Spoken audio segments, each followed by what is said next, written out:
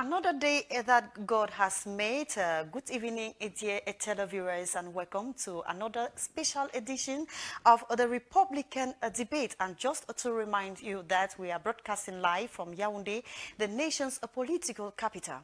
Today's program, we have two major themes on which we will be debating on. The first one is on the Anglophone crisis, attacks in Noun and Mamfe. Who are those responsible? Anglophone crisis, the attacks in Noun and Mamfe, who are those responsible? And the second theme of today will be on football, the Indomitable Lions. Who is the real coach? Indomitable Lions, who is the real coach? Those are questions that we will be trying to throw more light on them during this program. And just to remind you, as is a tradition, I'm not alone, and right besides me, we have Professor Edmond Bilois. He is the Vice Rector of the University of Yaoundé to Soa, and he is also a member of the ruling CPDM party. Good evening, sir. Good evening, Anne. Thank you for inviting me. Good evening to my fellow panelists, and good evening to everybody who is watching Cam TV. Okay, thank Cam you. 10 TV. Cam 10 TV. Thank you very much. It's always a pleasure to have you. And the other way, we have Lambert Kevin. He is a media consultant. Good evening, and thanks for coming. Thanks a lot, Anne. It's a pleasure being here for the first time at Cam Television. I just hope what we're talking here is going to make some sense, and somebody somewhere will listen and something will happen. Okay, thank you very much. It's a pleasure. And we move over to another person who is always here too. We have Chi Dieudonné. He is from the SDF party. Good evening, Dieudonné. Good evening, dear madam. Good evening to my co-panelists. Good evening to the televiewers, and a special good evening to the militants of the SDF family. Okay, thank you very much. And very, very close to me, we have Hassan Sama. He is a civil society expert in conflict and also an anthropologist. Good evening, and once more, thank you for coming. Good evening, Madam Anne. It's always a pleasure to respond to your invitation. I'm very elated to be surrounded by great minds. Most of them whom I know, apart from Kevin, whom I'm discovering today. Although I know him very well, I've been very close to most of his reporting when he was in Kumbo. Yeah. So I'm happy to meet him here today. I equally wish to say hi to the management of Cam 10 TV. Okay. Thank you very much. Dear televiewers, I believe you already know the different panelists, those who will be debating on the two major topics of today. And before we begin with the first topic, let's watch this press review done to us by Christopher. And when we come back, we'll begin. Good evening, Anumeko and guests. Here is one main news in our newspapers this week. We begin this press review with the lone bilingual daily Cameroon Tribune of Wednesday, June 8, which captions 50th anniversary of national unity, the satisfaction of the parliament. In pages 6 and 7 of the newspaper, it reads that during the opening ceremony of the second ordinary session for the legislative year, the president of the Senate, Marsenia Difenji, and that of the National Assembly, Kabayege congratulated themselves on the exceptional mobilization observed last 20th May throughout the national territory for the event. The paper also headlined Developing Digital Economy, and it says Huawei officials at Star Building. The article on page 3 says that Prime Minister Joseph John Gute on June 7, 2022 granted audience to Terihi, president of the Northern African region of the Chinese telecoms giant. The training of 2,000 young Cameroonians on ICT and the handing over of 20 modern units of intelligence system for video conferencing were at the center of discussion. The French daily L'Economie newspaper on its Wednesday edition also talked about the second ordinary session of the National Assembly as it headlines Governance, the National Assembly denounces corruption in the public sector. The article on the paper reports that during the plenary sitting for the second ordinary session, Kabayege Dibril called on the professional consciousness on the part of certain state officials. Away from that, the lone English daily The Guardian posts on Thursday headlines West Region, Amba General No Pity attacks brigade and kills 5 gendarmes. News. The article on page 5 reports that 5 officers of the Defense and Security Forces in the West region are said to have been killed by separatist fighters from the Northwest region. They were killed during an attack on a central post in the locality of Jitapong of the Noun division in the early hours of Wednesday. Fighters of the Marine Forces of Ambazonia led by General No Pity have claimed responsibility for the attack. According to the governor of the West region, Awafonka Augustine, the attack was carried out during the night of Tuesday breaking Wednesday between 3 a.m. The Median newspaper of Thursday rather captioned, "Death of 9 civilians in Menchum, Mindef regrets serious unfortunate incident." The article on page 2 says 4 soldiers have been arrested and caged as administrative and judicial investigations proceed. The newspaper also talked about the enthronement of the new Fon of Mancon. Page 6 of the paper narrates that Fonangwafo the 3rd month and Fonangwafo the 4th enthroned. Mutation newspaper same Thursday headlined on the attack in the Noun division of the West region as it says, "Secessionist crisis, the killings in the Noun." The article on page 5 reports that separatist raids coming from the neighboring Northwest has increased in the division. It also says that gendarme officers were killed while arms, ammunition and foodstuffs taken. Away from that, we now talk about the Guardian Post of Friday, which headlines, "Suspected Amber fighters reduce Mamfe District Hospital to ashes." The article on page 3 reads that suspected separatist fighters have reportedly set ablaze the Mamfe District Hospital in Manyo Division of the Southwest region. The said act that was carried out during the late hours of Wednesday, June 8, left the entire structure in ruins. According to sources, the incident came after an intense gunshot exchange between Cameroon Defense Forces and separatist fighters. The paper also captions that Central Region, 7 feared drowned, 5 missing after canoe capsized. The Friday edition of the Municipal Update also talked about the hospital incident and captions, "Outrage as Amber fighters torture patients, raise Mamfe Hospital." The paper also headlines that in Kumba, women storm a NAO office to protest against power outage. Last but not the least on our press review today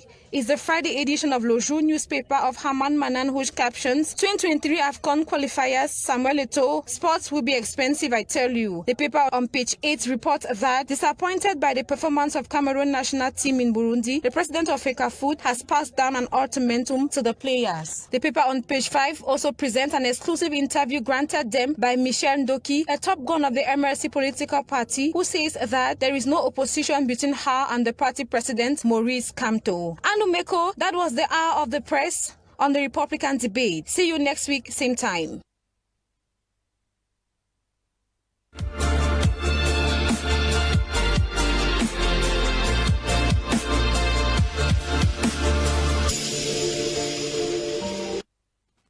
Thank you very much, Christopher, for that press review. Dear televiewers, as we earlier announced, we'll begin right away with the first topic of the day, Anglophone crisis, attacks in Mamfe and Noun. Who are those responsible? I turn right away to Professor Bilwa Edmond. Who could be behind the burning of the Mamfe hospital?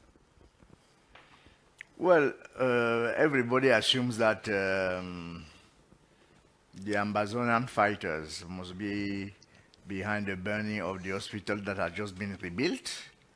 The government spent a lot of money rebuilding that hospital, and now the thing burned into flames. I think that by listening to CRTV, the official broadcast, CRTV said that it is presumed that those who are responsible are the fighters. It's really a pity because that hospital was going to help the population of Mamfe. Okay. Now, if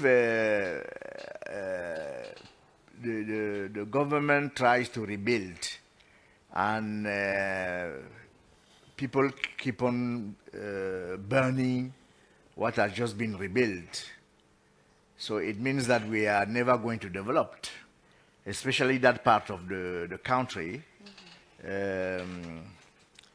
is now far behind in many areas.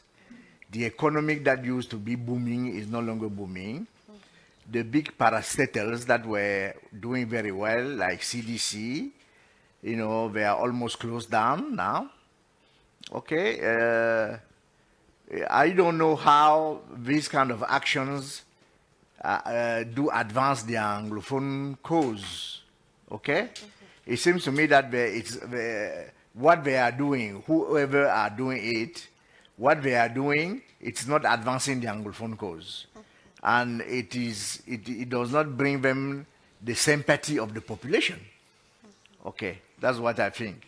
So if it is proven that the separatists or the ambassadors did it, I mean, nobody can approve those kind of actions. Nobody can condone those kind of actions. Okay, thank you very much. Hassan Sama, we've just listened, even in the newspapers today, this week, the burning of the Mamfe hospital. Who are those really behind? Because nobody has been caught right-handed and no separatist group have come up to claim responsibility. Who could be behind the burning? Yeah, thank you for giving me the floor. Whatever we will be saying here concerning that issue, we are only conjecturing because nobody was there and there's not yet no conclusive inquiry.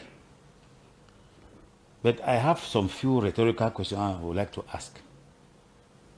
If some people think that it was burned by the restorationist, the question I'm asking, or what use will that help them? And why will they even burn it?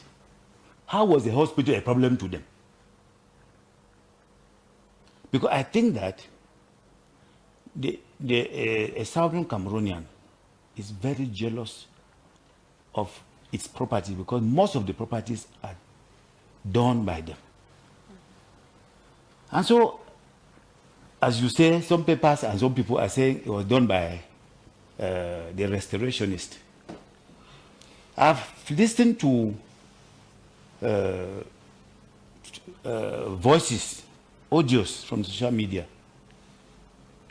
we have seen images out. It is said that it was filmed by the military. And we have heard that there were patients there, more than 100, and they were all removed before it was burned. We are equally told that there is a mixed camp, military, gendarme, police, 500 meters from that hospital. And the question that comes to mind is, they did not burn that place in 2 minutes. It took more than the time that they had to remove the patients. And where are the patients found today? They are found in the military barracks. The patients are found there now. Where are the administrators of the hospital? Why are they not talking? Where are they? They are not talking. What is happening? So that's why I say we are only conjecturing. Because this issue has become so delicate that each time somebody takes the floor to say one or two things, especially a Southern Cameroonian, the tendency is you are tacked trying to support some group of people. That is not the case. The case is that we are forced to know the truth before it can save us. For me, we shall be surprised one day when this will all be over. Because there are people who one day will tell us all this happening in Southern Cameroon, all this burning, all these killings, that they are trying to tap on this or that. One day we will know it. Because for me, if I want to maybe take a position, it will be dangerous. Because it could be that you are this way or you are that way. For me, what is happening there is the consequences of the refusal by the regime in place to resolve this problem that she created in the first place. Had the president not declared war instead of dialogue, we would have not been here. This thing would have ended in 2016. And so, the longer it stays, all these consequences will continue until we put an end to it. I cannot tell you with exactitude who did what. Okay. But what I know is that anybody is a criminal. Okay. And God is not sleeping, they will pay. Okay, thank you very much, Sensama. Chidiodene, the situation is really, really disturbing, going to the extent of burning a hospital that is in Mamfe. We're talking about the Mamfe District Hospital. According to you, who could really be behind the burning of this hospital? Well, Madam, very rapidly and with your permission, I want to extend the sympathy and the condolences of the National Chairman, His Excellency Nijon Frundi, and the entire SDF family to the victims of the boat campsite at Makak, which cost the lives of so many Cameroonians, many of them which were from one family. I also want to extend our empathy to the victims of road accidents on the Yaoundé-Douala stretch of road, and of course our condolences and best wishes to those that still recover. And to note very strongly that this is a road that is linking the economic and political capital. At least, to be very dramatic about it, you would have had one lane for representing the lane of politics, and you have one lane representing the lane of economy. But unfortunately, we have just one lane today, not two lanes. And this one lane, it seems to be a lane on which they do politics with the lives of Cameroonians, and they treat the lives of Cameroonians as a business. And Cameroonians are losing their lives on this road, irrespective of where they come from, so-called Anglophone or so-called Francophone. All of them are dying on this road. I want to also extend the empathy of the Social Democratic Front to the people who are using the Bamenda-Yaoundé stretch of road, who are compelled today to travel for over 24 hours before they can leave Bamenda to Yaoundé. All these instances I have stated underline the necessity of the federal option that the SDF has stood for, time memorial. Because in Makak, it is not a community that died, they are individuals that died. In Yaoundé-Douala, there are people that die, communities don't die. Yeah, if there are people that are suffering along the Bamenda-Yaoundé stretch of road, there are people, not communities that die. So it underlines the option, the federal option of the SDF, which is centered around humanity and not centered around communities. Okay, concerning that the topic, said, we are calling on government to take very urgent measures to resolve this problem, especially the issue of Makak, and make sure that the other problems of roads. Okay, concerning the Mamfe, who do you think could be behind the burning of the Mamfe District Hospital? Well, I think that you're asking a question that is supposed to be asked to an investigator, and after a good investigation has been actually concluded, nobody has actually claimed responsibility for that as of now. The instances, as we have heard the preceding panelists note, one for the fact that it's separatist, the other for the fact that instances are not clear. I think I would prefer to say that the instances are not clear, while maintaining our condemnation of such acts touching hospitals. When you burn a hospital, you have killed people. You don't need to tell you that, because it's about the lives of people. And the Social Democratic Front strongly condemns such actions. That notwithstanding, some people, you know,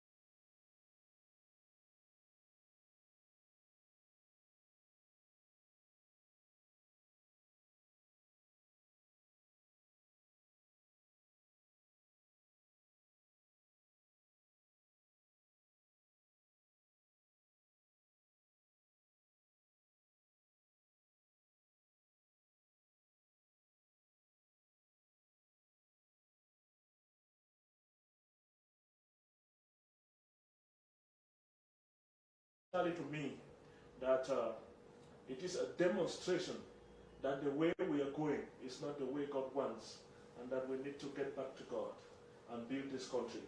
Cameroonians have not had a good opportunity to talk to one another since 1961 to date.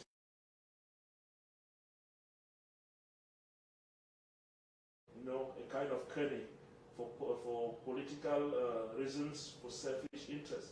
So this is an opportunity, and I believe that if we turn back to God, God will give us the means to be able to solve this problem, and that Cameroon will emerge very great. It's an opportunity for Cameroonians to talk to one another from the heart. Because like I underline, whether it is good or it is bad, it is not a community that suffers. It is not a community that enjoys. What brings us together is our humanity and the essence of the fact that we are from one God. To celebrate our diversity, it should never be a problem. But then, it is time Cameroonians must talk to one another. What has happened within 1 week is proving that this situation has gone beyond all the different means that we have been using, turning around the real means. And that real means will be to put in place the political solutions. The SDF has done a lot of progress.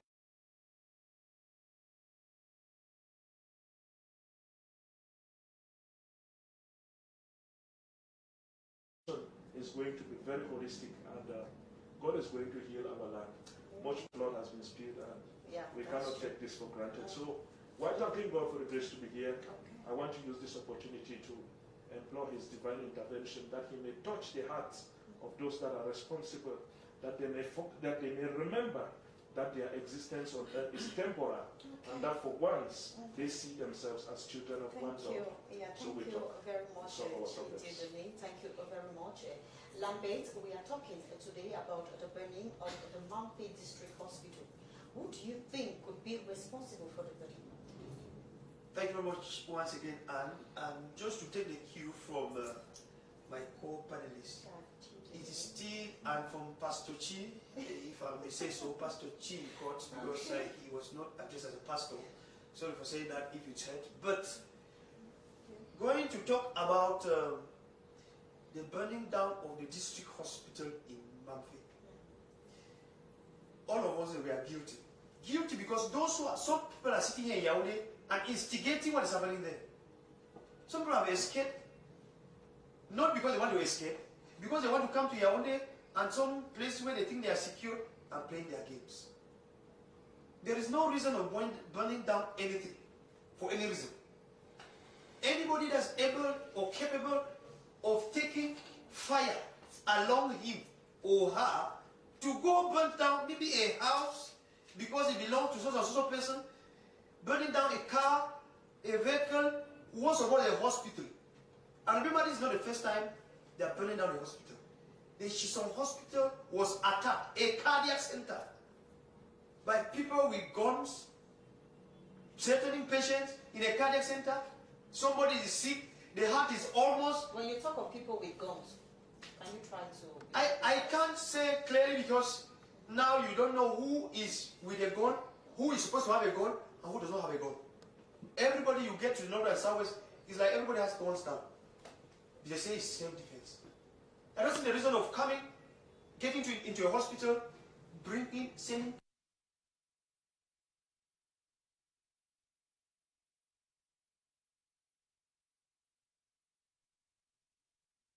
cause. How has it helped this war? Because what is happening there in the north and south is war. Some of those who are opportunities to escape and are fidgeting in Yaoundé, they can say, we have feel the impact. We know what is happening. Some of us, we are victims of circumstances. Because somebody has been sitting here in Yaoundé since 2010 can never say anything. If you want to say anything about North and Southwest, I prefer you attempt, go either to Bamenda. If you are ready, try Kumu. And then you know that burning down a house will never solve anything. Talk about the hospital. But my question is, where were the competent authorities of that hospital? People are good when somebody is beating a daughter or some people are fighting, they are taking snapshots, filming and sending on social media. who was there to make a call to anybody that the hospital is being burnt down? Who did that? Nobody. Who took the images when the hospital was being burnt? I am still following it up, and it is very difficult to point a finger that you did this, you did that. So, what I'm saying in effect is the burning of whatsoever, healing of whosoever, because he or she is for this and that. That is not the solution to this. And those who are in charge of solving this problem, they know what to do. They can, if they think that, if they sit like this and decide in the space of 2 minutes that this crisis is over, I'm telling you, it will be over. People have it in their hands, and they have taken it as businesses. They have taken it anyhow. They are taking it, and they are so comfortable in it, where they are not gone short, and they are doing whatever they are doing, and we don't like it. Whosoever is in charge of that hospital, if you are wise enough, if you know that one day you can be sick, and a doctor can take care of you. For some of us who are patients, you may not understand. It is your doctor after God is doctor. There is no way you will go and you are frightening a doctor, get out, I want to do this. The question I'm still asking, where were the authorities of that hospital who could not make a call that maybe to the entire community, maybe to the chief of the area, chief, they are attempting to burn the hospital? What happened? Thank you very much, Chi. And just to remind our viewers, I don't know if some of you have not had the opportunity to watch the video about the gravity of the burning of the Mamfe District Hospital. I want you to watch this video, and when we come back, we continue.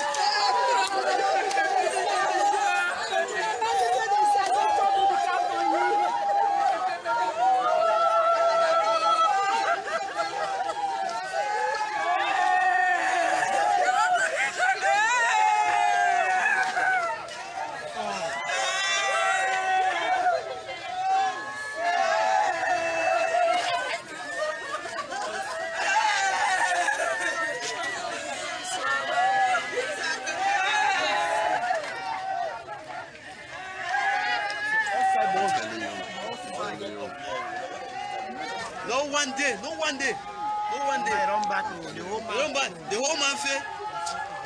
After. Outside born, no one no remain. They don't burn the whole general hospital. The whole general hospital. All the whole general hospital. Inside what?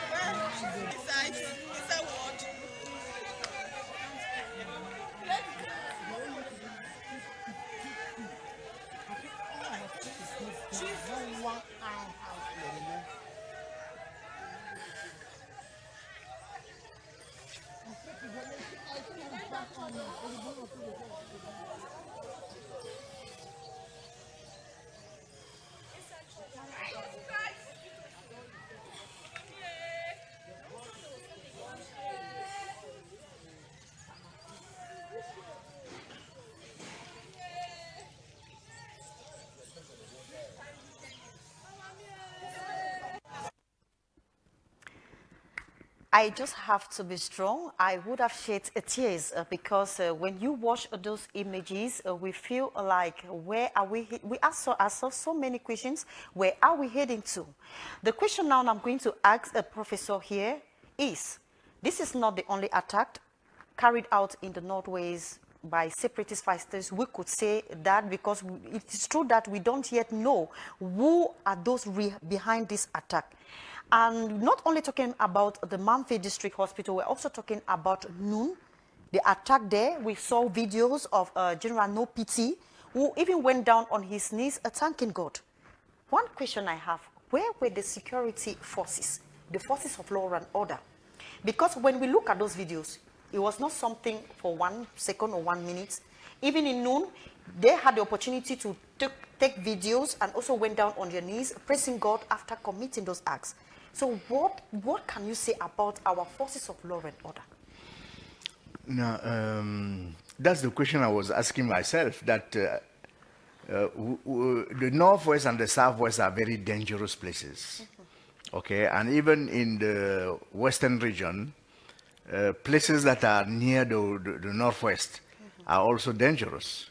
You see what happened in the Noun division, yes, in the West Noun region, division, yeah. in a place called Njitapon. Njitapon, yeah. There was an advanced gendarmerie post there, and that night there were only 5. All of them were killed. So, which is an indication that those who attacked them, the separatist fighters, were many. There were many. They must have taken them by surprise. Okay. They destroyed almost everything in that place. They destroyed cars and so on and so forth. What happened in Mamfe is even more surprising, because Mamfe is the capital, the chief town of the Manu division.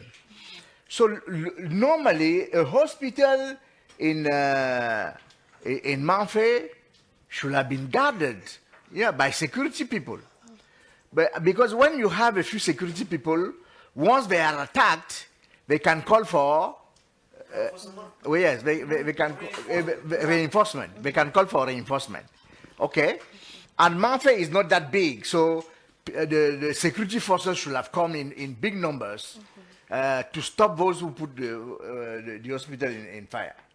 Okay, it is really, really surprising that while everybody should have been on guard, especially places like the hospital, especially places where you find military and gendarmerie and police. Okay, what happened in Mamfe is really surprising. We have now learned that in Jitapon, the army have sent a lot of people there. We are close to 100 soldiers now in that place. That's what I read in the social media. Okay, places that are very dangerous like that, they should have security forces around, and as if there is just somebody who can blow the whistle, and then there will be reinforcement coming in. We need, as a state, as a nation, we need to think about how to make sure that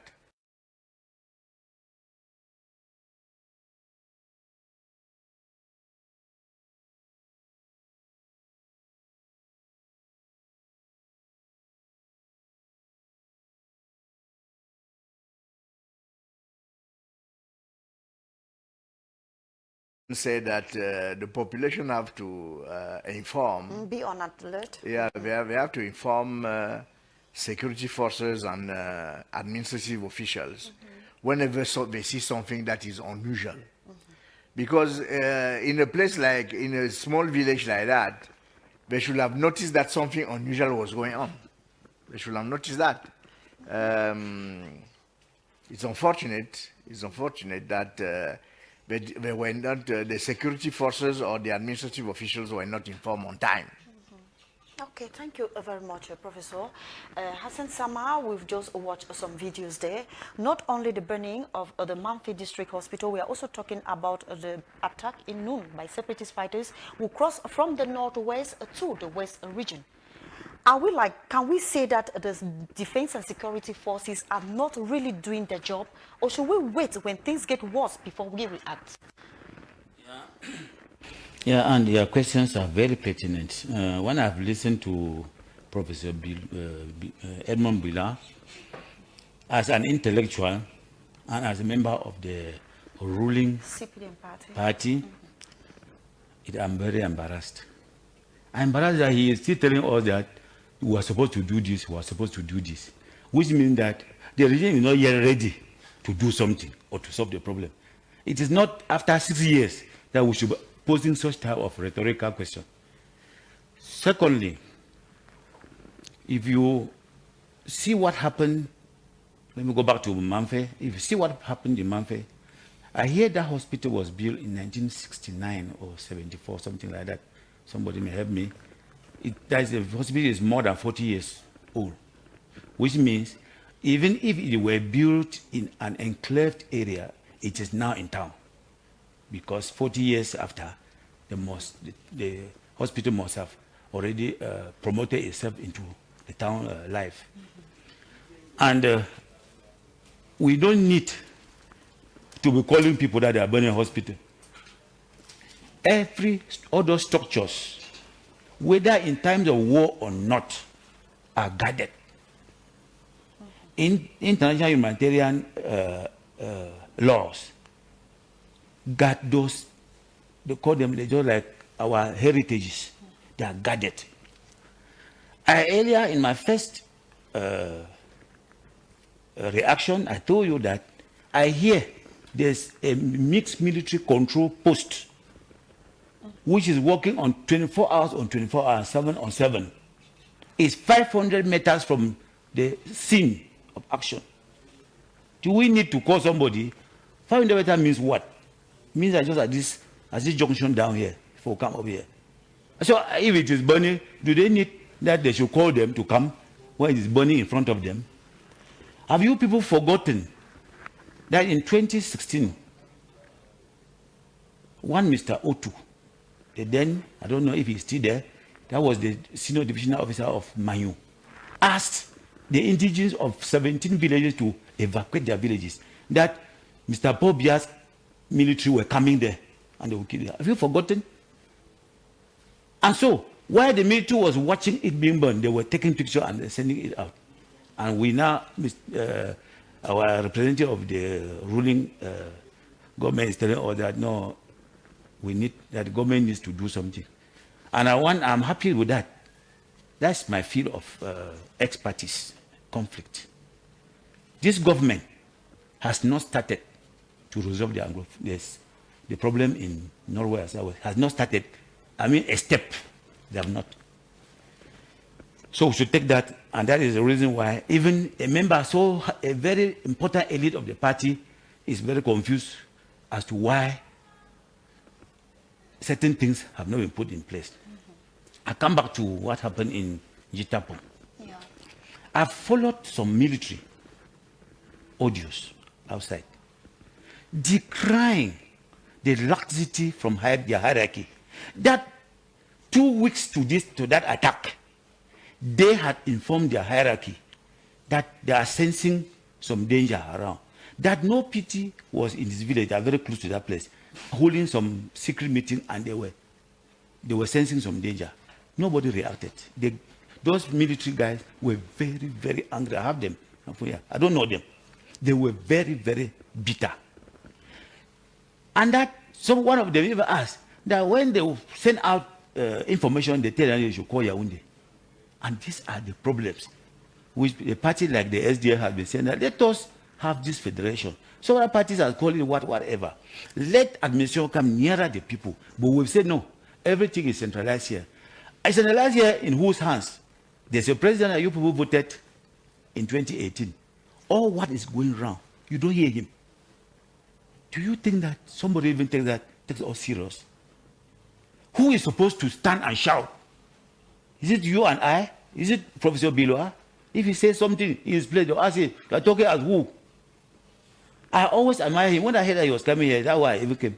Because yes, because I can discuss with him, I feel free. Okay. He's not somebody who will try to stigmatize. Are you trying to say that when he's not there, you won't come? No, his presence was a moral booster. Was a moral booster. Okay. Because I like the way you people do your things, that when others are there, you always bring somebody from the own party so that they should not accuse you people for doing this or that. Yeah. It is good. And so I hear some people, Professor Biloa has not talked about how the military is professional. I like that. He cannot even say it because when Madame Mundi was picked up where she was deposited by whoever was keeping her, I don't know who was keeping her. The military went and took her there, and the President of the National Assembly and the Senate had something to say in their speeches. They praised the army for their professionalism. People clapped. And the next evening, the next evening, no pity, showed them professionalism. Do you know how professional he did? He went to a place to attack those in guns, like he had guns, those who had guns, and killed only those who had guns and came back without touching any other person around. Meanwhile, 2 days or 3 days earlier, the professional military, that those who care to sing their song, had just killed 9 civilians with a baby of 18 months. Who is now professional? And so we should sit down, we should stop this idea of talking of professionalism. When there's jigger in your leg, jigger does not care whether you are a president or what. If it's in your leg, you will not sleep. You have to remove it. It's too small. You remove it. Those who have arms, who are not supposed to have arms. Because that is where the problem is. There is arm found in wrong hands. And that's why we call it conflict. Now, what we should be doing is, instead of trying to tell them that, oh, you must deposit your arms before we talk. No, it has never happened like that. Okay. When war is going on, what happens is there is what we call a truce or ceasefire. During the ceasefire, it doesn't mean that you have people have deposited their arms. It means that effective fighting is not going on. Why the politics is taking place, and when the conclusions come out, they will see whether to continue or not. Okay. And depositing of arms is not a decree. That means Apobia will sit in Yahweh and decree, deposit your arms. Did he give them arms? Depositing of arms is something will be discussed by the two stakeholders, warring parties. Okay. They will sit down and say, we'll deposit arms. Okay, so let us stop this fanfare, what we are doing here, and thinking that, meanwhile, lives are going, those military people are there, they are dying for what? Okay, thank you very much, Hassan Sama. Yeah, if 1 minute before we go to Chidiodone. He said that nothing has been done in order to solve the problem. I mean, many things have been done, okay? But granted, the problem hasn't been solved. That's why people are still fighting on, people are still dying. But you cannot say that nothing has been done, all right? There was a teacher problem. The government tried to solve it. There was the code, the Ohada code that was only in French, that was translated into English. Where the government created the common law branch in the NAM, in the School of Administration and Magistracy. There is also a common law branch at the Supreme Court. The government organized a major national dialogue. All these measures have not solved the problem totally because we still have a huge conflict in our hands. But we cannot say objectively that nothing has been done. But we have to encourage the government and all the stakeholders to keep in mind the interest of the Cameroonian population, okay? The government is there to rule, and therefore they should find a solution. They should be ahead in trying to find a solution.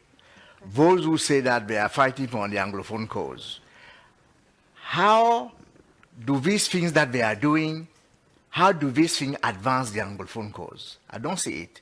So it is still, the problem is still there. So I think Hassan Sama should say that all that has been done has not been enough, but there are things that have been done. Okay. Just 1 second. I'm begging for credit. I'm not. I know. In fact, he has. No, I like what Prof has said. That's why I said when I'm with him, what he has said. Okay. He thinks that those are the things that will solve the problem. No, I'm talking like in my field that what is supposed to be done. The government knows. I have not studied out of this country. Those who taught me as CPDM Politburo members, Central Committee members, they know the right thing. I'm telling that all what is going on, these are peripheries. That is not what will solve the problem. That is why all what they have done. That's why all what they have done has not changed anything. Okay, you will tell us what are some of the things that can help to resolve. I will tell you. Okay, you will tell us. I will tell you. Okay, Chidiodone, we are talking about the attack in Mamfe, the burning of the Mamfe District Hospital, and in Noun, the attack and killing of 7 gendarmes. The question is, where were the military, maybe say like in Mamfe, or where were the orders to see how to protect those structures that were burned down? Well, I think first of all that the attack at the level of Noun recalls the national character of the so-called Anglophone problem. because it doesn't make sense that you can have a single compound and 2 of the rooms have problem, and you say that it's just the problem of those 2 rooms. That problem is the compound's problem. And while extending our condolences to the families that have been touched with the military with respect to the killings of military personnel, which is very, very unfortunate, because these are young Cameroonians with very promising future, which unfortunately are going down for nothing, because the so-called Anglophone crisis is an issue that if the human being was at the center of what we do, we should not have had it. Asking me where the military was, you would have got the answer from the CPDM representative. He is as confused. Well, I don't know. He is as confused. He is as confused as every other person. And if he is confused, what do you want me to tell you? So, like I have noted, what has happened in Cameroon within 1 week now in 2022 is an indication that we need to revisit our method of solving this problem and go the right way. It is also an indication that we need to turn back to the Creator and follow His ways. Because if we are where we are today, it's because some people in their way of doing things give the impression that they live forever.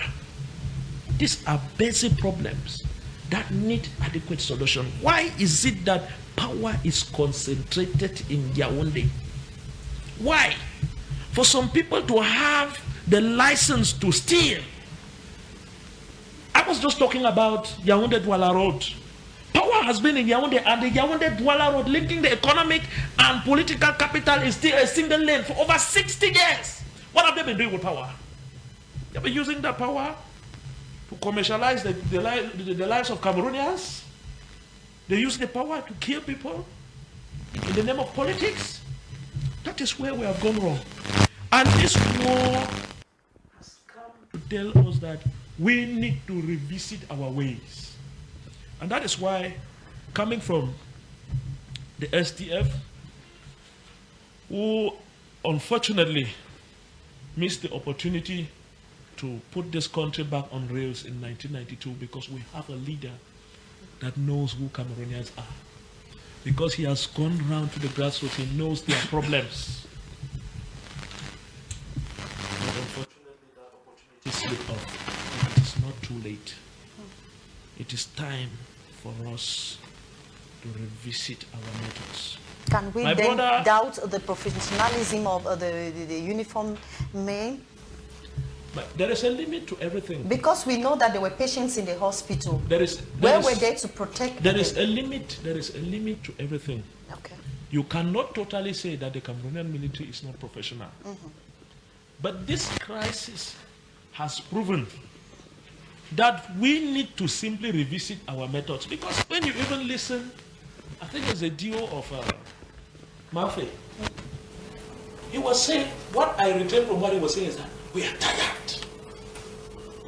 See, this thing has created a lot of frustration. Do you think that a good number of our military young men are very happy dying? Do you really think so? Do you really think that they know that there is something that can be done, and they are not doing it, and they just keep allowing them die? And when you even see the lot of money that is being spent to fight this war, oftentimes, if you want to investigate properly, you will discover that those that are on the front hardly really know where the money is going to. So you would think that they are just happy about the state of affairs.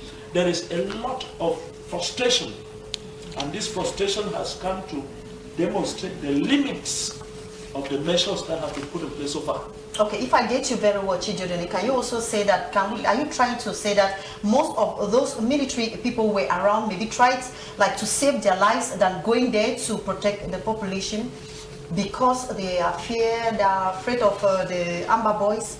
No, I cannot say that. You want me to put myself in the position of military men. I'm telling you that this conflict, as it has overdue, it has become very complex. It has created a lot of frustrations.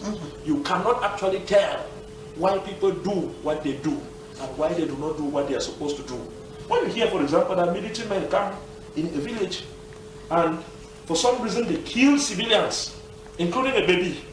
You see, one thing about us is that we always limit our interpretation of things to the physical stuff that we see. What do you think is going on beyond the physical? How is it possible that military men kill civilians, kill an 18-month-old baby? How is it possible? So there are so many things that are going wrong, and God is still talking. My brother called me pastor. Let me assume that casket for today. Because if we are where we are today, is because we have gone too far from the way the man, he who made us, wants us to go. No matter how you explain it politically, don't come and talk theories here up and down. The Creator, the way he wanted us to work, we have not worked with that. We have not seen ourselves as brothers and sisters for too long. We have cared much about the money, much about the power, much about the material things we keep for ourselves while we live, not caring about all of God's creation that happens to find itself within this triangle. Okay. It is unfortunate. Okay. And we have to revisit our ways. The national dialogue that Prof is talking about, you noted when my national chairman was there, the very first day the chairman noted that this thing is like this. He's already saying that these people already have a pre-prepared agenda, they have their documents that they are prepared already, they just want people to come and talk.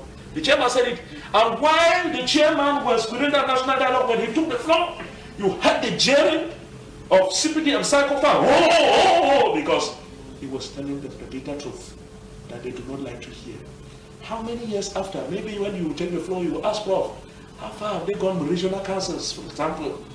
No, let us just be there within decentralization. Let's not talk federalism. Prof will tell you how far have they gone regional councils. Prof will tell you whether the people who are here in Yaoundé even know of the existence of regional council authority, whether they even know whether such a thing is existing.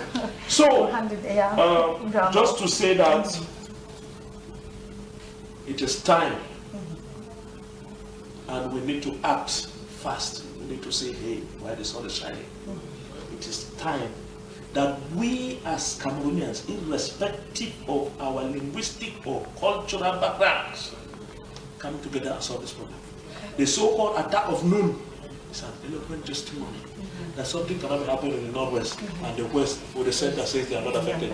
Today we have hyperinflation. Thank you. Because our economies have been broken down by the CDC, the Kamer, and all the like. And the local farmers that used to go to the farms in the Northwest and Southwest, many of them don't have that opportunity. All of us are suffering. We need to come together and solve this problem. It is possible. The message is clear. We need to come together and solve this problem. Kevin, when we look at the situation, Mamfe and in Noun, the attacks in the space of just a few days, can we say that the professionalism of the military men can be doubted? There's a question mark, because they are supposed to be there 24/24 to protect structures and the population. But we are counting more than 9, we cannot say 9 dead killed already. I don't want to define the professionalism or the job of the military. I can't do it because, like earlier said, sometimes I feel that Cameroonians have been transformed spiritually to an unknown destination that is still called Cameroon when they are seen in the physical. This thing is not physical. Because, you know, this started because sometimes you see people calling, we are moving with Odeshi, we are moving with all sorts of things. If I can say anything that the military is not professional, they are professional, meaning that I have either tested how the training usually be I've never been to their camp to see how they do their training. But one question I have to ask is, if General No Pity can leave where he is, his hideout or his territory, and enter the West region, how did he pass? How many checkpoints, control posts do we have? When we get from Sama, he said that there was already, it's like, No Pity was already there. That is what I'm saying. How did he come to Bafoussam or to the West region to hold a meeting there, planning his attack? Is he a fly? Meaning that there are some, what is eating the meat is inside the meat. I'm an African. See, sometimes I'm tempted to say this. Some people are just so comfortable in their comfort zone because they are enjoying the nutritive foods prepared here in Yaoundé. Meanwhile, people are languishing. In fact, people are staying hungry in Kumbu. Let me tell you something. Do you know what is usually said here in Yaoundé? Tell us. Boule Bamenda. That's 10 minutes doing a lot of problems. But some people are just so comfortable. Boule Bamenda. Si vous blaguez ici, tu vas entrer chez vous. Ici, tu vas rentrer chez vous. I don't even know how to say it because I'm not a French-speaking person. I studied English and I can try to speak my broken English rather than destroying something I cannot say. See, there is when you look at the way people are functioning, the population is either afraid of either the military or the separatist fighters because they are not safe in good hands. All of them are holding guns. You don't shoot with somebody who is holding a gun. When it comes to war, you don't. But I'm insisting on going back to what I asked. How many checkpoints are on the road? You see General Pity operating in Batibo, operating in Kumbu, operating almost everywhere in the northwest. How is movement? Is it not enough for the military to tell us how he moves? They have drones. They have maybe satellites. They have all those equipment.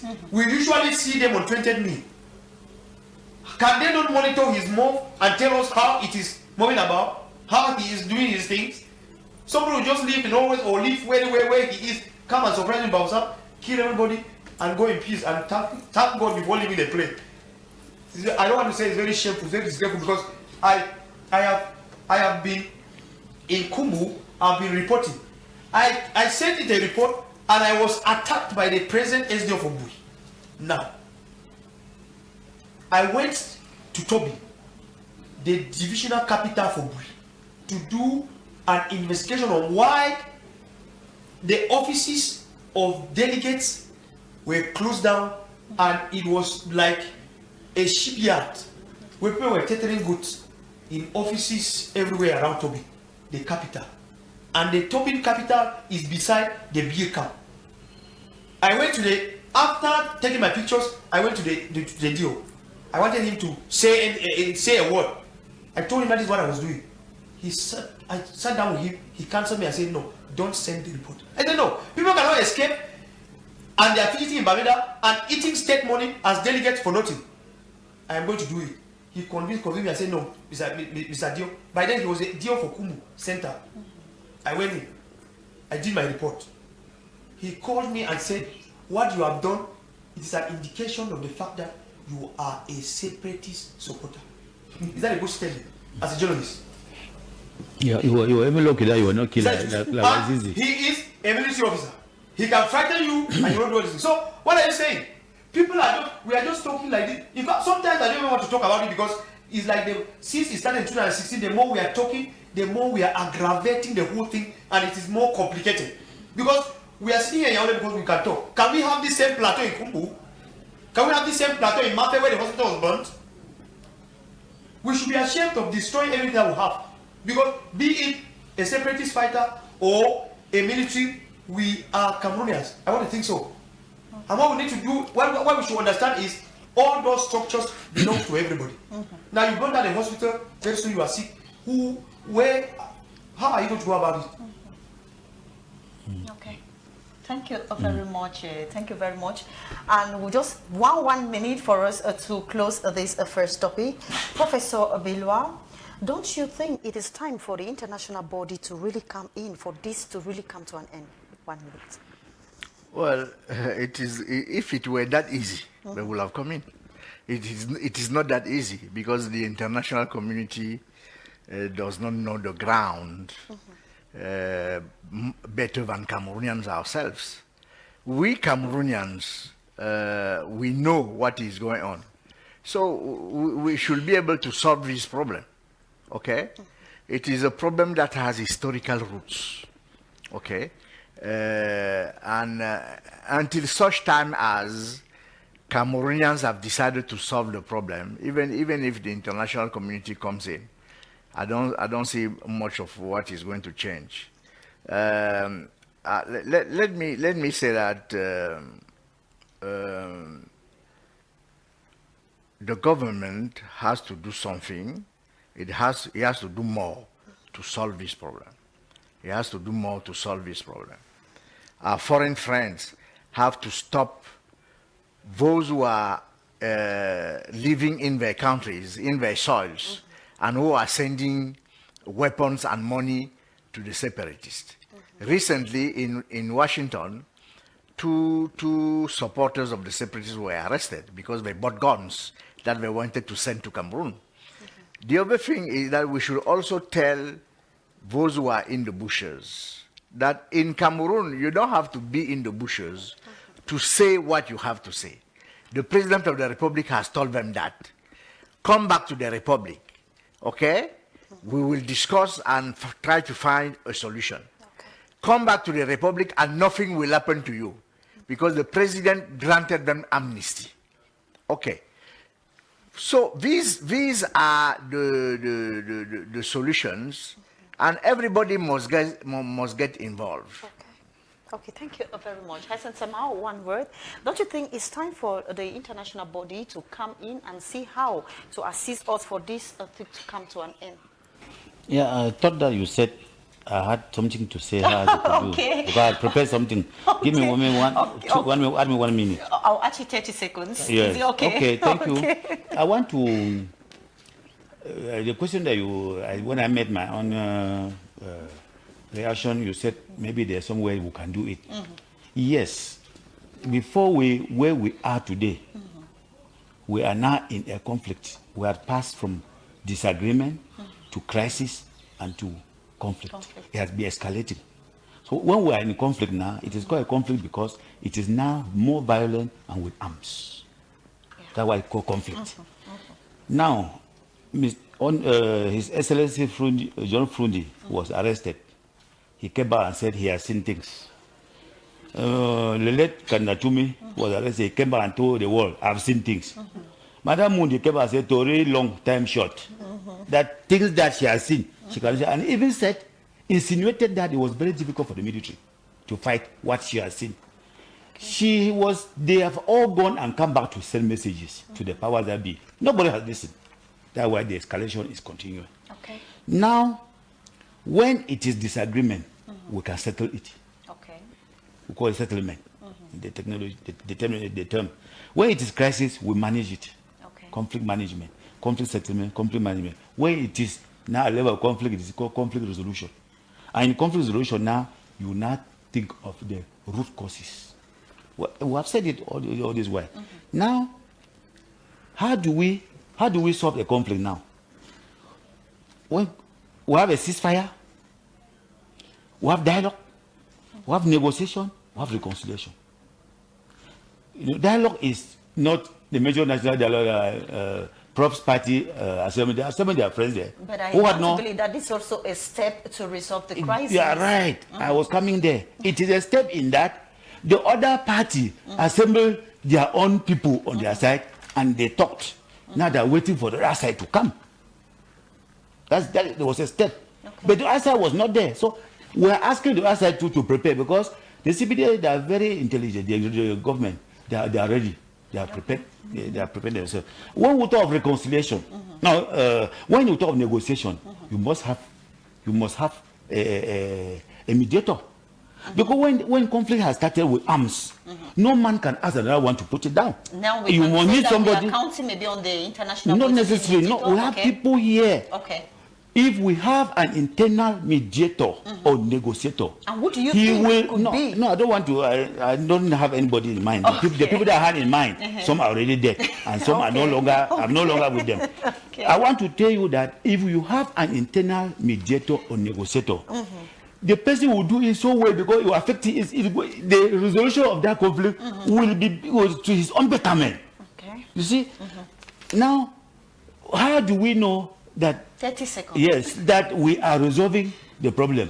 The level of the job that we have created within this time. The people in DDR, they are still crying that they even lack food to eat. None of them has had any job. Others have escaped. Nambere, Gongo, they have all gone them back and they are back in the bushes.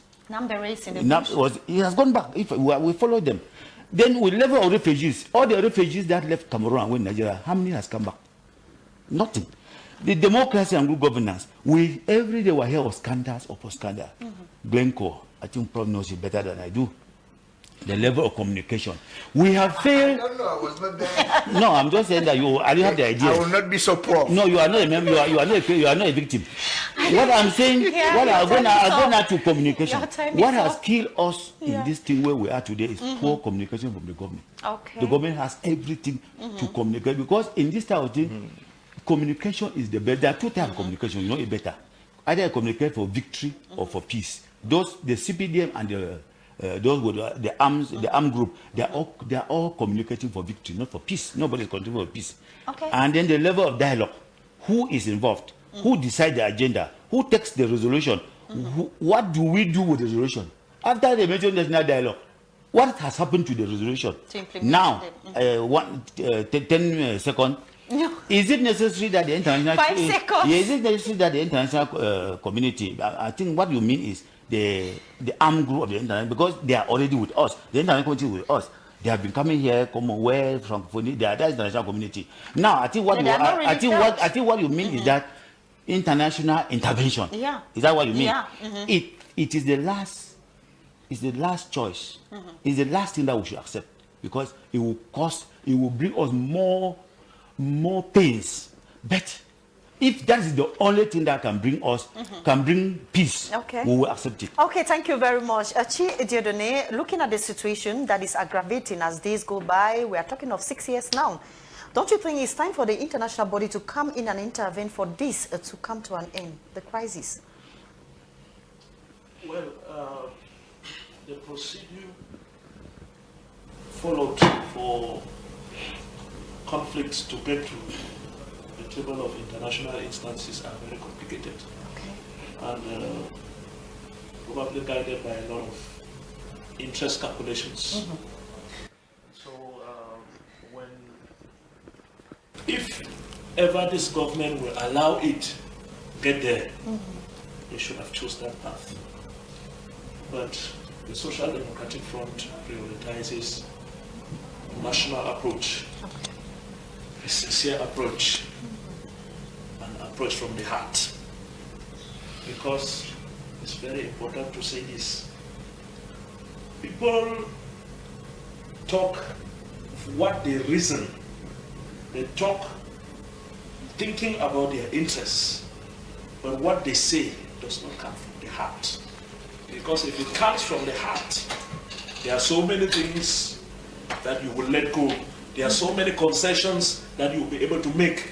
There is an attitude that you'll be able to adopt. The attitude of forgiveness, the attitude of humility, and all that and all that. All those things can emerge only when what you are saying comes from the heart. And take note, this so-called Anglophone crisis has caused problems that even the solution itself that we await cannot solve, because it has put very deep wounds in the hearts of people that only a change of approach of our way of doing things, an approach of humility, an approach of love that will be exemplified on the daily basis. On both sides? On both sides, of course, but somebody will have to take the lead. Starting with Cameroonians. I always say starting with Cameroonians because in the majority we are the ones that are suffering. First of all, Cameroonians have to know that it is a government that has failed to solve problems or to take care of their well-being that is always instrumentalizing their belonging to tribes, the fact that they speak this language or the other, to put their heads, to be knocking their heads. Cameroonians have to forget about all those things. Look at themselves as human beings to the eye. My brother is saying, what is Anglophone? What is Anglophone? What does Anglophone really mean? I keep asking myself. That's why I keep calling it so-called Anglophone problem. Me sitting here, if tomorrow I'm gone, this so-called Anglophone issue will continue. It will continue seeing this so-called Anglophone issue. Now that I'm living like this, I need to eat, I need treatment, I need a job, I need a better life, and all that is equal for everybody. Have you ever seen somebody with black blood? With blood that is black? You are in the same family. In the same family, you don't even have the same genetic composition, but that has not stopped you people from being the same family. Why is it that the diversity has become a problem? Have people suddenly forgotten that diversity is a demonstration of God's strength? It is because God wanted that we speak these so many languages, but we don't have to forget that whatever the case may be, we are still children of one God. So these people who appreciate nature so much, you eat watermelon, you eat corn, you eat this, you eat that, coming from the same soil, so diverse, and you are enjoying it at every point in time. Why is it that in our living as human beings, diversity has become a problem? Because we have left what is essential. We have left humanity. We have left humanity. We have departed from humanity. We have forgotten that our existence is a temporal phenomenon. We need to come back to those principles. Okay. And then the proposals of the Social Democratic Front, and to disagree with what my father Hassan was saying, we did not get to the national dialogue because of friendship. We went to the national dialogue as an issue of logic, and the SDF consistent in its approach. We made our voice heard on that floor.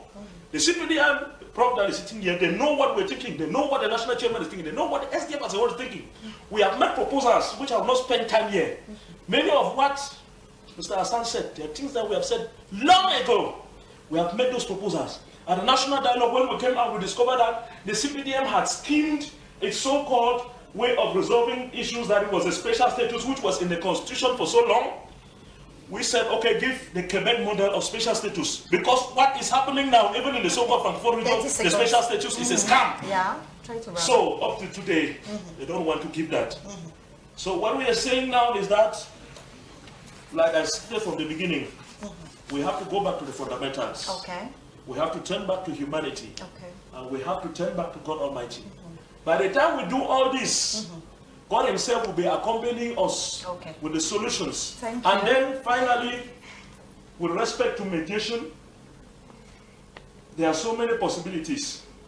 But I had a revelation about the possibility of the mediation of former President of Nigeria, His Excellency Olusegun Obasanjo, a God-fearing man, a man who has been in the military, who has faced secessionist violence, somebody of principle, who even went peacefully and negotiated the issue of Bakassi at the detriment of Nigeria, because so many people in Nigeria were against the fact that he went for a peaceful arrangement with Cameroon to allow Bakassi with Cameroon. So that was a proposal that was revealed to me divinely. Okay. And it is still valid. Okay, thank you very much, Chi. Knows what I have proposed. Okay. What God has proposed to me, I told them, I don't speak for myself. Okay, thank you very much. God told me that President Paul Biya very rapidly. Yeah. President Paul Biya is a beneficiary of His grace. He came to power through dialogue and should leave power through dialogue. Okay. And in peace and in the federal form. And that there will be dialogues. That there will be dialogues. Maybe a dialogue between Anglophones only will be one of them. Okay. And there are so many dialogues. Thank you very much, Chi. Due to time, I'm sorry to cut you, but we are working on time. Yes, Kevin, we want to find out from you. Don't you think it's time for the international body to come in? Because it's like we've tried so many ways to resolve the Anglophone crisis, but things are not really moving.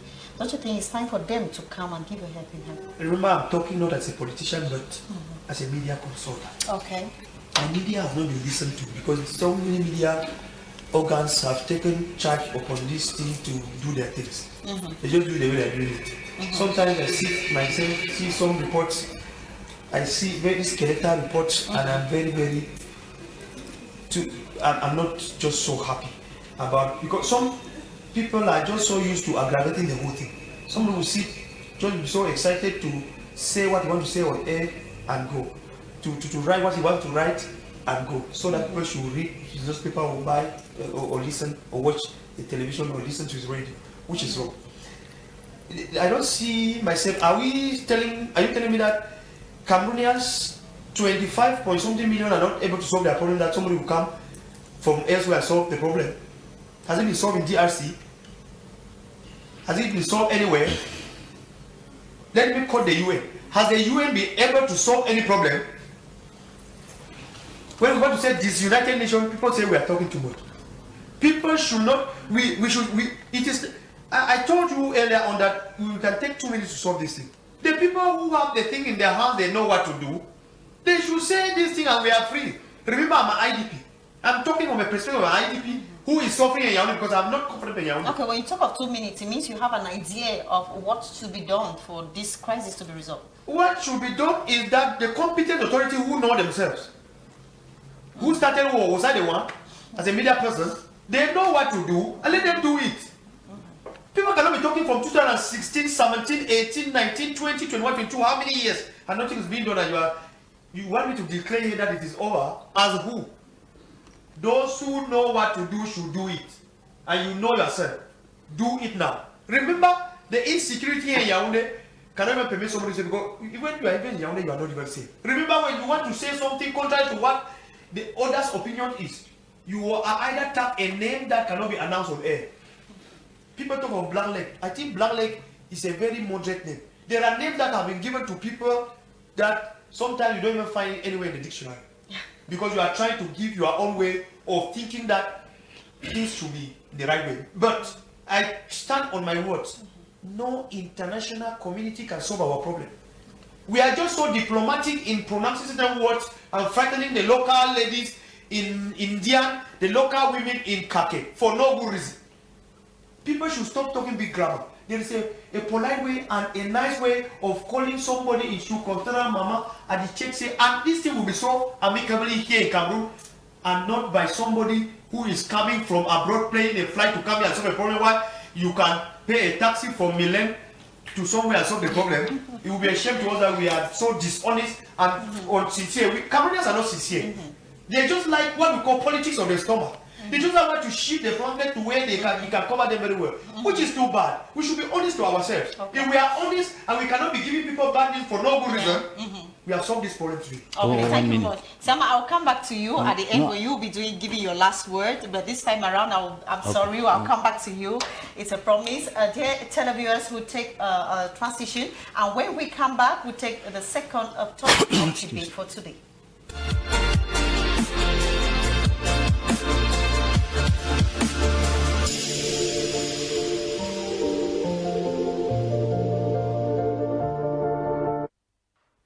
Dear televiewers, once more, if you are just tuning in, this is the Republican debate on the Republican channel, Camdis Television. And to remind you, we are broadcasting live from Yaoundé, the nation's political capital. Moving from the first theme of today, we are taking over to the second. Now we'll be talking football. Concerning the Indomitable Lions, the question is, who is the real coach of the Indomitable Lions? Professor, what do you think? Why do you ask the question? The coach is Sambana. Sambana is the coach. The reason you're asking the question is because of the speech that the president of Fcfa, Samuel Eto'o, delivered after the game between Cameroon and Burundi. Right? But, you know, many presidents usually deliver that speech, but the speech is not broadcast. What happened is that speech was broadcast, it went through the social media, and the entire world was informed of it. Okay? So it seems to me that if Samuel Eto'o wants to communicate, he wants to transmit a message to players, it's not necessary for the whole world to hear about the message. Okay? Because once in a while it happens that either the promoter of the team, if it is a professional team, or the president of the federation, if it's a state team, the national team of a country, talk to the players the way Samuel Eto'o did. But those things are not public, okay? They are not public. It seems to me that the communication unit of the Fcfa should be careful about what is going on in the media. Samuel Eto'o, as the president of the Fcfa, can talk to players when he wants. But those things should not be publicly done, okay? And I follow a lot of professional football. Many heads of professional teams do that, okay? And the other thing is that some of what even Eto'o said, usually coach do say them, okay? But we are not privy to that information. We don't usually know what the coach tells the players, okay? Okay. If you look at the big soccer teams, the big professional teams in the world, you hardly know what the coach tells players. You hardly know, okay? You don't know what Guardiola tells his player. You don't know what Ancelotti tells his players. Huh? You don't know, okay? The coach comes and tells the media, this is what I've told them. But sometimes it's not even true, okay? He tried to arrange a message, but the real messages that coaches tell players, nobody knows them, unless you are the player itself. I remember when Eto'o was playing for Chelsea, you know, it was on Canal, and he said, I cannot tell you what Mourinho usually tells us, because we are in competition, okay? Because some other teams would like to know exactly what he tells us, okay? It's a secret. It's a secret. So I think that that communication after the game Cameroon-Burundi was a big mistake. It was a huge mistake. Okay. That communication should not have been public. It should not have been public. That being said, the coach is Samba Anak, because the president of the federation doesn't have time to coach a team. Coaching a team takes a lot of time. Yeah, it takes a lot of time. Then the president of Samuel Eto'o feels everywhere, wherever the players are, do you think is appropriate, is good? No, but does it paint a good image? Do you see the president of the French Federation, when the national team travels, he's always there. He's always there. They are always there. It is only that, you know, we in Cameroon, we are so used to Samuel Eto'o. Yeah. But in France, Noël Le Grec is always there when the team travels. Okay. Even the German team, the president of the federation is even there, even the vice president. Sometimes you see a lot of former players, Beckenbauers, they are always around, okay? But the coach is the coach. The coach is the coach, okay? So Samba Anak is the coach. That does not prevent Samuel Eto'o from talking to the player. Okay. But he has to talk to them in private. Okay. Okay. It is not necessary for the whole country or the whole world to know about it. Okay, yes. Thank you very much. Kevin, the second theme of today, we are talking about football, the Indomitable Lions, and the question is, who is the real coach of the Indomitable Lions? I'm glad that finally, after politics, you have landed. This football is not politics. Although in a way it is politics. Let me tell you that I did not support the idea of Samuel Eto'o coming up as a Fcfa president. But anyway, when I saw the election, the way it was transparent, I think if Cameroon election was transparent like that, something could have happened. That Fcfa election was very well transparent. And that's why I love him. See, the way Eto'o is working, the way he's handling his push as Fcfa president, there is nothing wrong in saying what he said. As Prof is saying, there are other things that people do usually say and say it is in camera. That's perfect. But what is wrong in going in as a head teacher of a primary school now that the first school even is starting and getting into class 6 and saying that, Mr. Head Teacher and your pupils, please take care. Don't fail my school. What is wrong in saying that? Eto'o said what he said and it was very okay by me. The coach is some Rigobert Song Bahana. The coach is Rigobert Song Bahana. It is understood. But remember, I want to think that it will influence the appointment of Rigobertson Of course. as a coach. So what are you saying? Maybe they are collaborating. We are just thinking and going or coming down.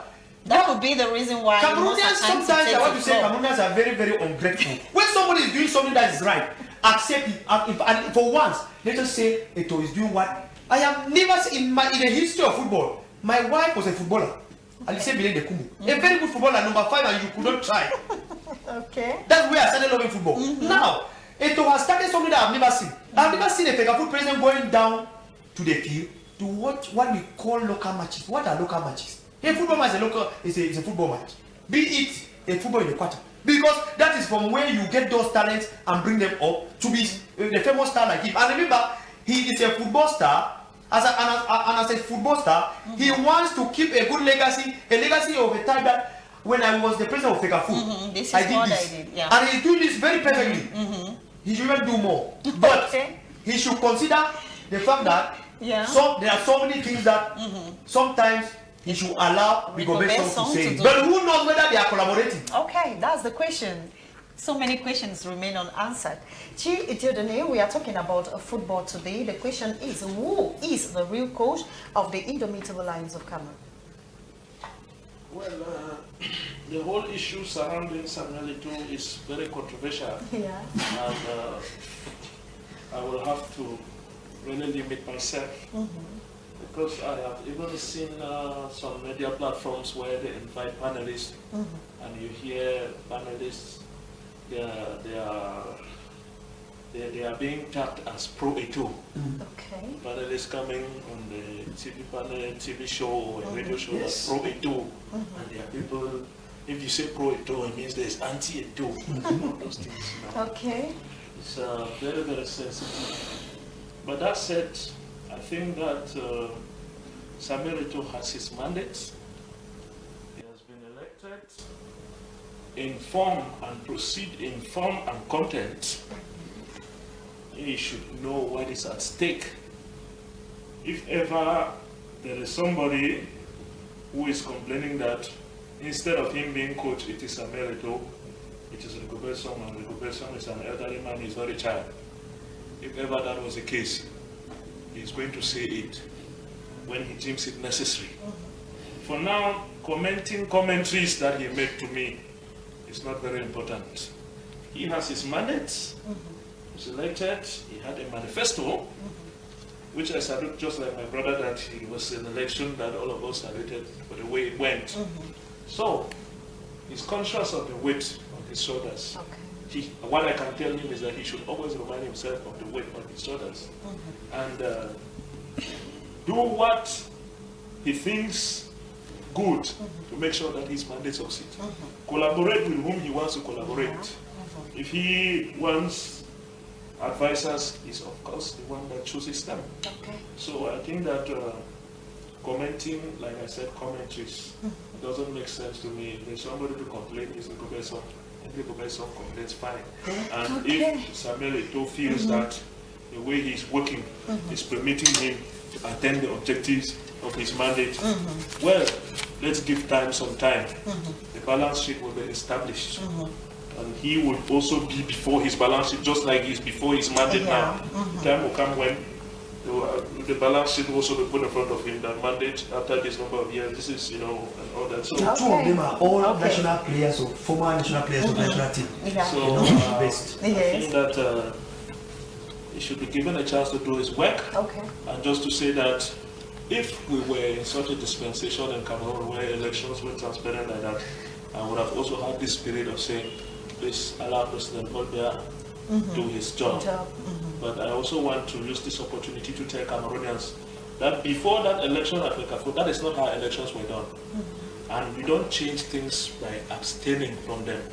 We change by participating. Okay. Before now, we were not scoring goals and they were saying checking for possible penalty, checking for possible offside. Okay, thank you. But people did not stop playing football because that was not done. Okay. So The message is simply let us make sure that we have managers that have the legitimacy to run our councils, run our regions, run the parliament, run the national, The message run is the clear. presidency by Cameroonians registering Thank you very much. Yes. and voting and defending their votes irrespective of the conditions. Thank you so much. So that we're going to make it better. Sama, today we are talking about the Indomitable Lions of Cameroon. The question is, who is the real coach of the Indomitable Lions?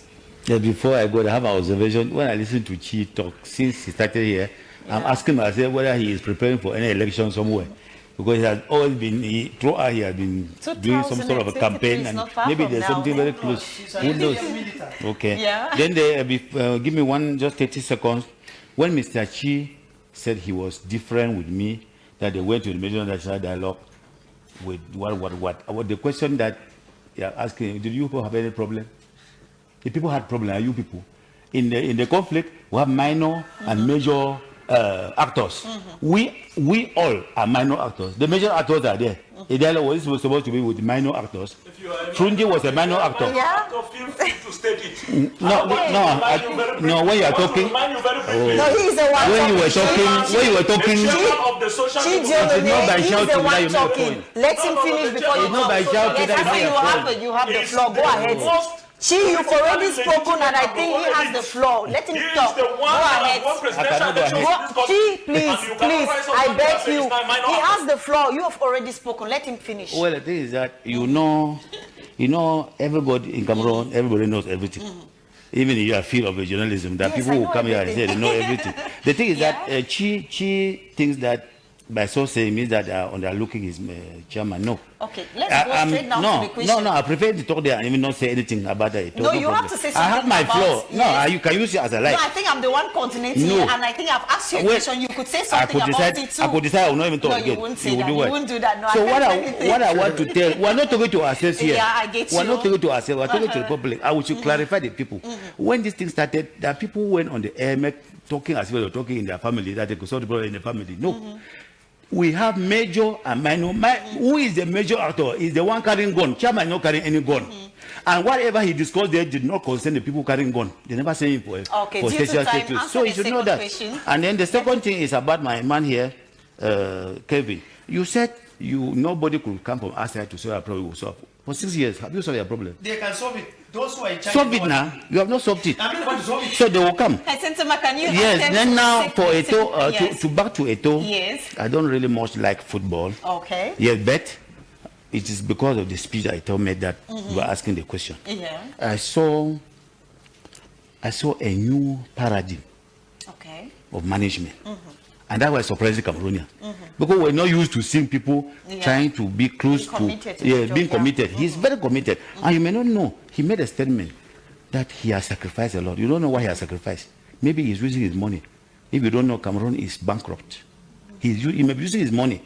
Yes. And so when you hear him talk like that, many people, when you hear a football match, after a football, people are crying. People are not crying. He can make more money by doing something else. Very good.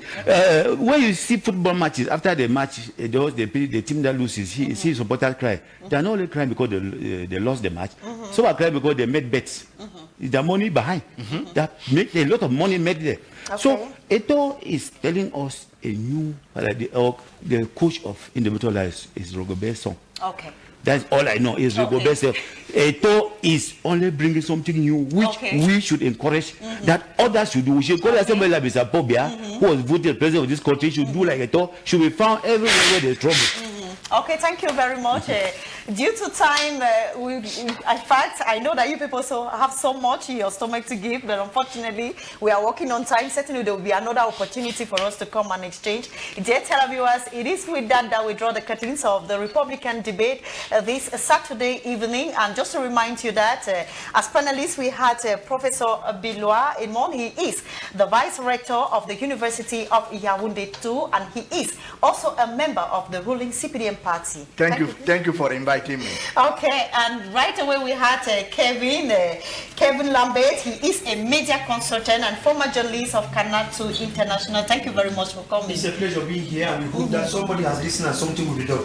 Okay, Chijodone, thank you very much for coming. He is a member of the ruling of the STF party. Thank you very much for coming. Thank you too for having me. Let it be noted that the STF and the national chairman, John Fundi, remain a major actor within the framework of the so-called Anglophone. Okay, Hassan Sama, thank you very much. You are a civil society expert in conflict and also an anthropologist.